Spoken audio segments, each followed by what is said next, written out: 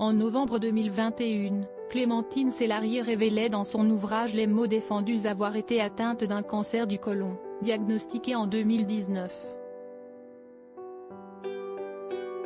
2 ans plus tard, l'actrice âgée de 65 ans a accepté de jouer le rôle de Noémie dans la série de TF1 Les Randonneuses, diffusée sur la chaîne à partir du 15 mai prochain. Son personnage est justement atteint d'un cancer et entreprend de gravir le dôme de la Lose avec 5 autres femmes, en quête de défis et d'aventures humaines. Avec mes copines comédiennes et le réalisateur Frédéric Berthe, qui nous a entourés de toute sa tendresse, ce tournage a été pour tout le monde un engagement total.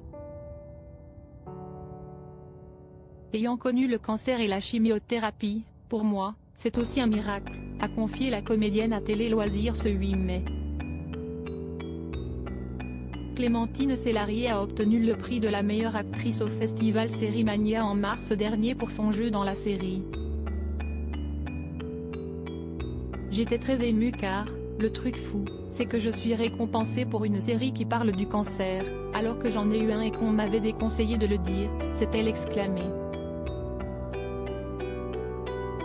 Pour la mère d'Abraham, Gustave Eba Le Tazar, il est primordial de libérer la parole autour de la maladie, il faut en parler, ne pas s'enfoncer dans la solitude, prononcer le mot sans tabou. Le cancer, ce n'est pas la mort, c'est le combat. À l'époque, j'aurais adoré pouvoir dire, j'ai un cancer, une chimio mais ça va super. Si vous faites ça, les gens vous prennent pour une folle.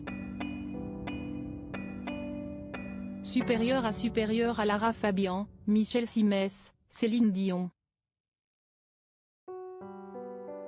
Les stars qui ont brisé le tabou de la maladie en 2022. La menace d'une récidive, une épée de Damoclès. Invitée dans l'émission En Aparté le 3 mai dernier, Clémentine Célarié évoquait la période de rémission qui a suivi la chimiothérapie ainsi que le risque de rechute. Vous avez un casier judiciaire, un casier sanitaire, on pourrait dire.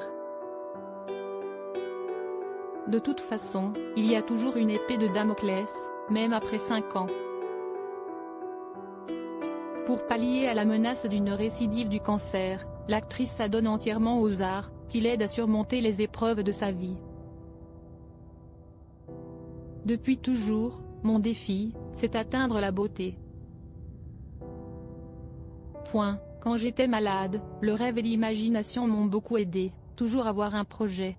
Aujourd'hui, transcender l'épreuve du cancer avec une œuvre comme Les Randonneuses, c'est le Graal, a-t-elle conclu dans son entretien avec Télé Loisirs.